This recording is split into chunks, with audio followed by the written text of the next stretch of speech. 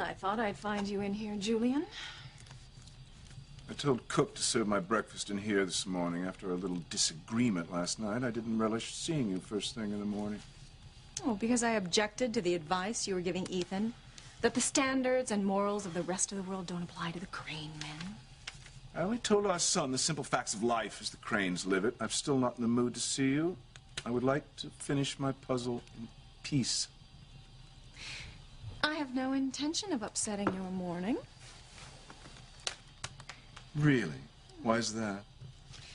Because one of the maids just told me that Gwen spent the night with Ethan. So I guess your little lecture didn't impress my son very much. He assured me that he still loves Gwen and that he has no desire to sleep with any other woman. What do you expect him to say to his mother or his fiancée? My son doesn't lie. And I wish you would stop encouraging him to sow his wild oats and run around behind Gwen's back, and stop putting into his head the idea that it's all right just to have fun with a girl like Teresa. You think you know your son so well. I happen to know he likes Teresa. Well, of course he likes Teresa. She is our housekeeper's daughter. But Ethan would never, ever hurt Pilar by trying to sleep with Teresa. And you had better keep your hands to yourself, too. Ivy, you shock me. I merely made an observation based upon the look I saw between Ethan and Teresa. Well, keep your observation to yourself. I will not have you ruin Ethan and Gwen's future.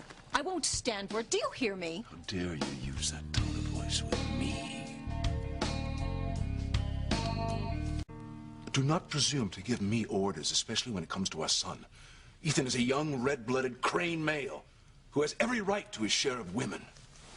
Oh, my God, what are we, Vikings? He can't be expected to ignore what he wants and just put it aside. I wish I had a tape recorder. I would love to save this for the anthropologists. Stop being condescending. I mean, it's not as if you weren't aware of the facts when you married me. Our situation was completely different. Well, I don't think so.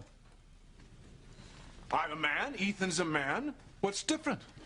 Ethan, thank God, is nothing like you. Yes. Thanks to your coaching all these years, he'd be better off if he were more like me. That is something I will prevent with my last breath. Let's just hope that Gwen is more prepared to accept the fact that Ethan's a real man. She's not naive. She knows the rules of our social set. No, I don't think so. Well, then she better learn, and fast. How fitting that you would corrupt the one decent thing in this family, my son, by putting down fidelity and commitment. Don't talk to me about commitment. Where were you the first night of our honeymoon? I'd still like to know the answer to that one. Oh, you know perfectly well that what happened that night was not my fault. I am not the one that cursed this marriage from the very first day we took our vows. And I suppose I am. You know damn well you are. Maybe you would like me to tell the world the hell that you have put me through. Or perhaps I should just tell the children what a bastard their father is. Fine. Maybe I'll tell them a few things about their mother. Oh, you son of a... I wouldn't do that if I were you. I will do whatever the hell I want to do. Yes. You always do. It's one of the things that excites me even after all these years. It's your fire. Your passion. The scent. Feel of your skin. The ecstasy of surrender. In my arms.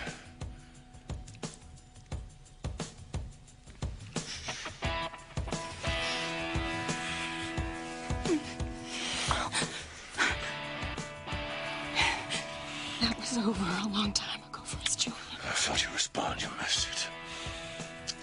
Don't be ridiculous. I have wondered how you could go so long without a man.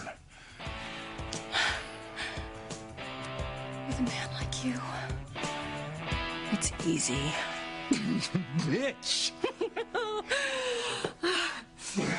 It's so simple to get to you, Julian. Your crane manhood is your weakness. What's your weakness, Ivy? A woman as cold as you must have one.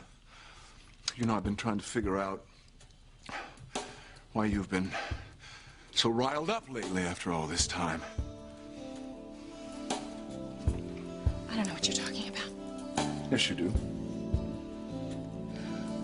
After all these years maintaining our marriage of convenience, why are you suddenly acting up? Why are you so restless? What happened? What's changed?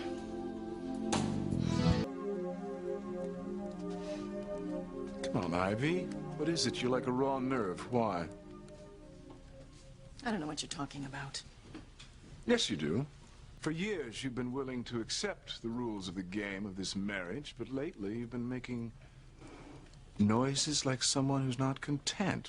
Why would you want to challenge me now? Do you want to know why, Julian? Do you really want to know why? Because I will tell you. I'm sorry to interrupt. There's a call from Mr. Crane. Thank you, Pilar. I suggest you pull yourself together. And do it fast. One more thing. Stop referring to Ethan as your son. He's my son, too.